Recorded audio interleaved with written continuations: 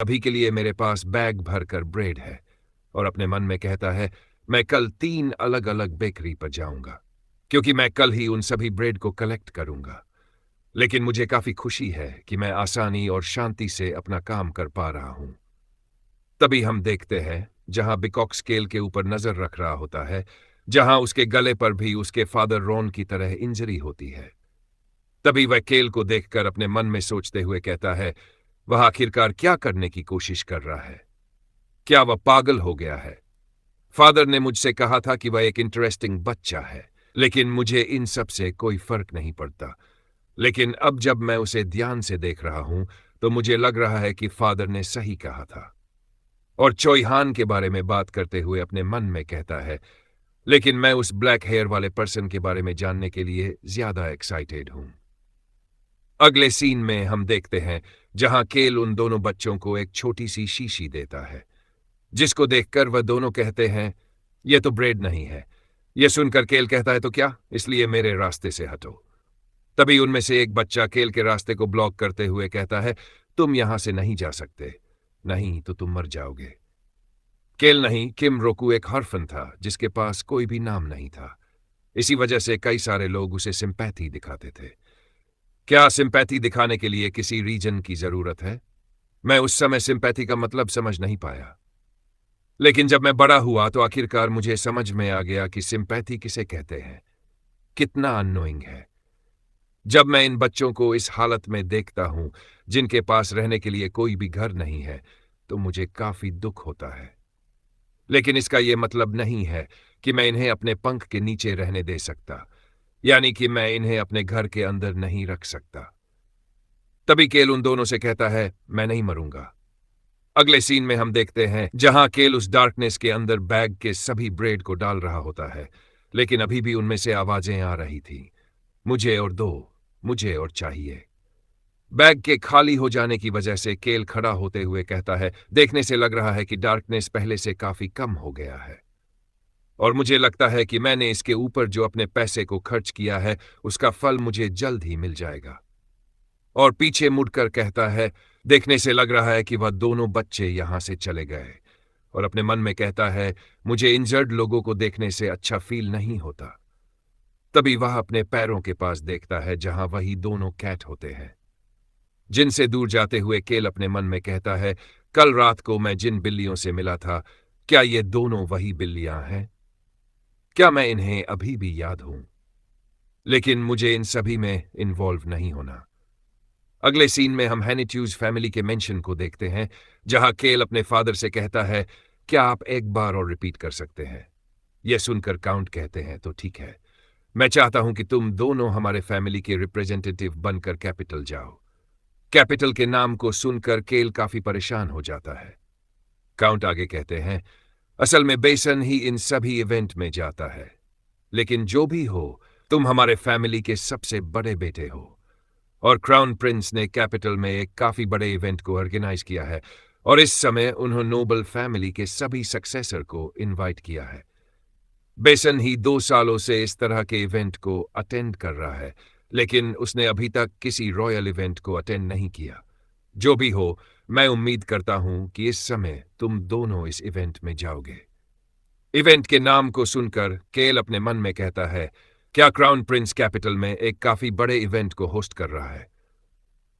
तभी केल आगे कहता है द प्लाजा टेरर इंसिडेंट।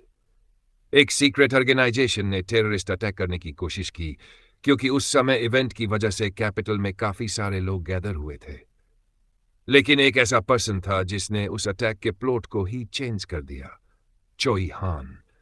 चोईहान ने प्लाजा में गिर रहे काउंटलेस लोगों को बचाया, जिसकी वजह से वह रॉयल फैमिली के और क्लोज हो गया और वह क्राउन प्रिंस का एक काफी अच्छा दोस्त बन गया। उस इंसिडेंट के बारे में सोचते ही केल काफी ही ज्यादा परेशान हो जाता है और मन में कहता है मुझे इस इंसिडेंट के बीच नहीं पड़ना चाहिए। और बेसन की तरफ देखते हुए कहता है उन्होंने कहा कि आमतौर पर बेसन ही इस तरह के इवेंट में जाता है। क्या मैं उससे इस इवेंट में अपनी जगह पर जाने के लिए कहूं? मैं किसी भी डेंजरस प्लेस पर नहीं जाना चाहता। क्या मुझे इसके बारे में बेसन से कहना चाहिए? ऐसा कोई रीजन ही नहीं है जिसकी वजह से इस फैमिली के ट्रैश को कैपिटल भेजा जा रहा हो। आखिरकार काउंट क्या करना चाहते हैं? तभी काउंट कहते हैं, तुम्हारे पास सिर्फ 5 दिन है। यह सुनकर केल अपने मन में कहता है कि अगर हम नोवेल के हिसाब से देखें तो केल पहले ही चोईहान से पिट चुका था, जिसकी वजह से वह इस इवेंट को अटेंड नहीं कर पाया। तभी काउंट केल से कहते हैं, केल, मुझे मालूम है कि तुमने आज से पहले इस तरह की सेरेमनी में पार्टिसिपेट नहीं किया था, लेकिन तुम्हें परेशान होने की जरूरत नहीं है। तुम रिलैक्स हो सकते हो। तभी केल काउंट से कहता है, फादर, मुझे समझ में नहीं आ रहा कि आखिरकार स्पेशली मुझे ही वहां जाने के लिए क्यों कहा जा रहा है। इसलिए क्या आप प्लीज मुझे इसके बारे में सोचने के लिए कुछ समय दे सकते हैं?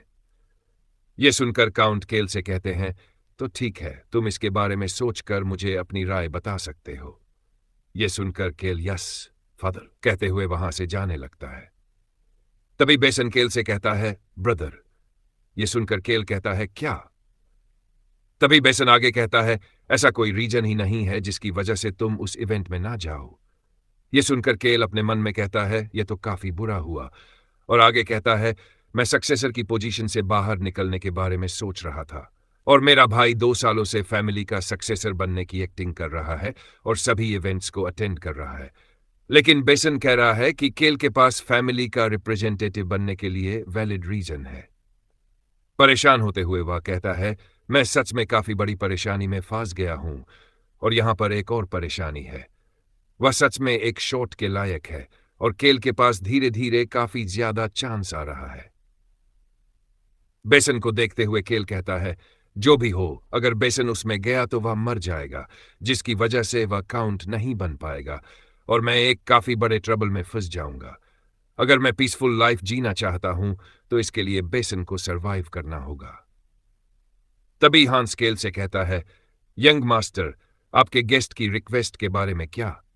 यह सुनकर केल हांस से कहता है, हाँ, जल्दी से गेस्ट को मेरे पास लेकर आओ।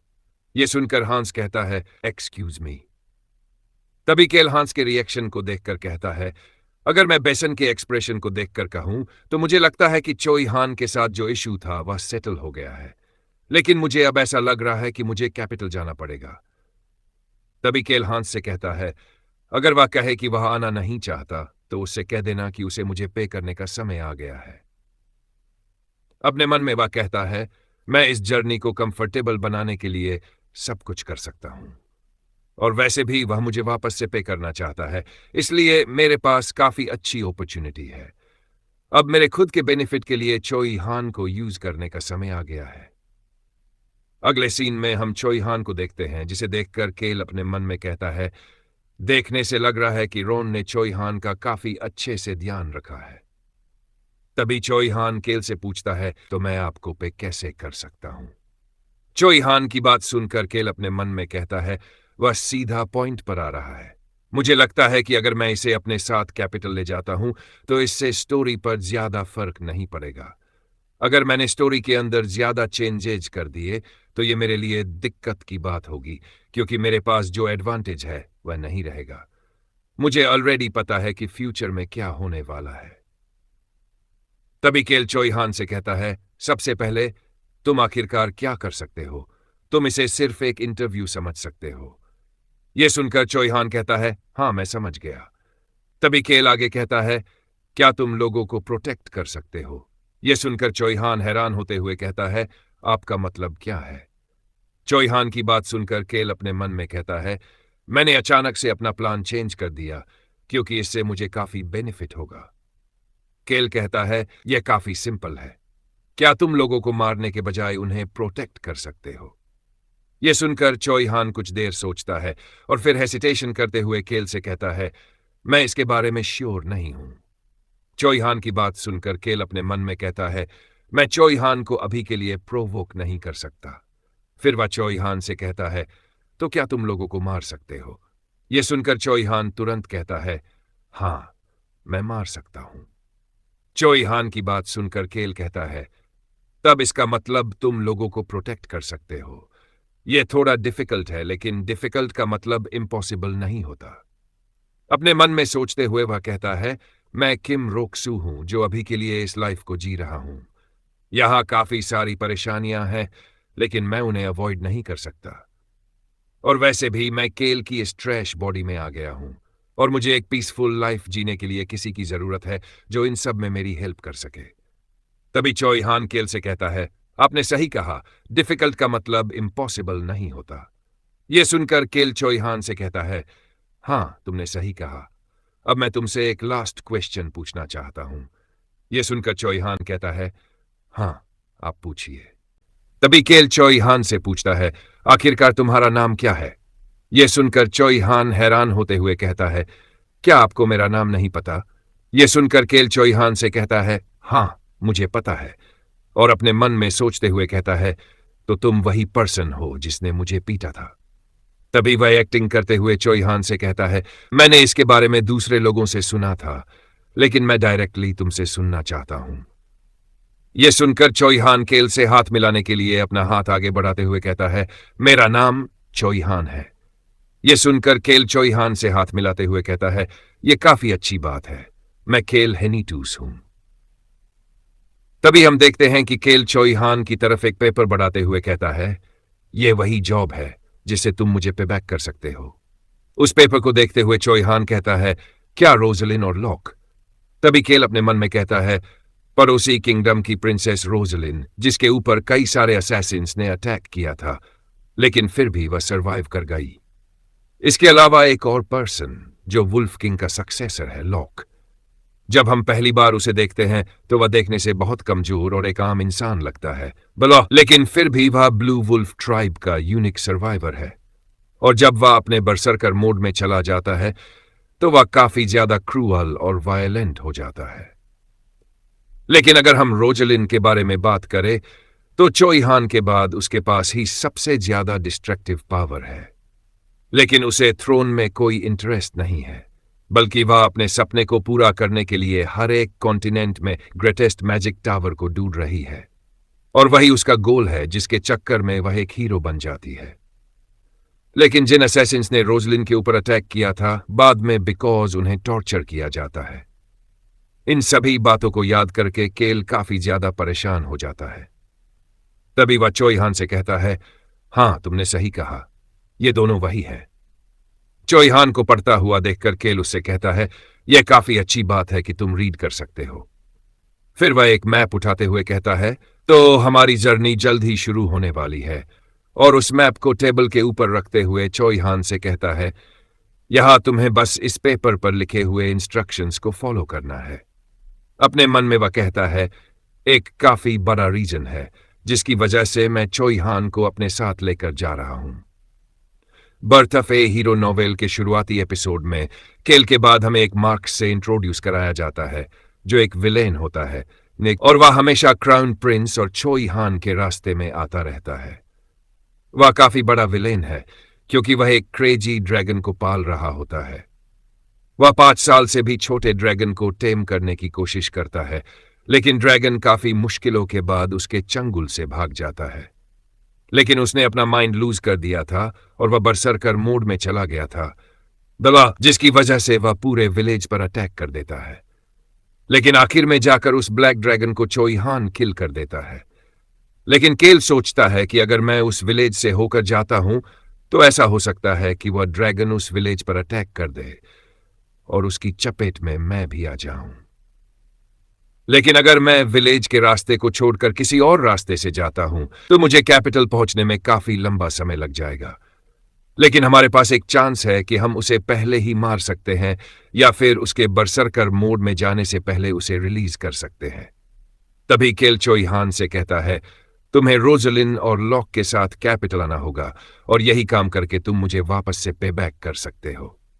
यह सुनकर चोई हान केल से कहता है, क्या मुझे उन्हें प्रोटेक्ट करना है?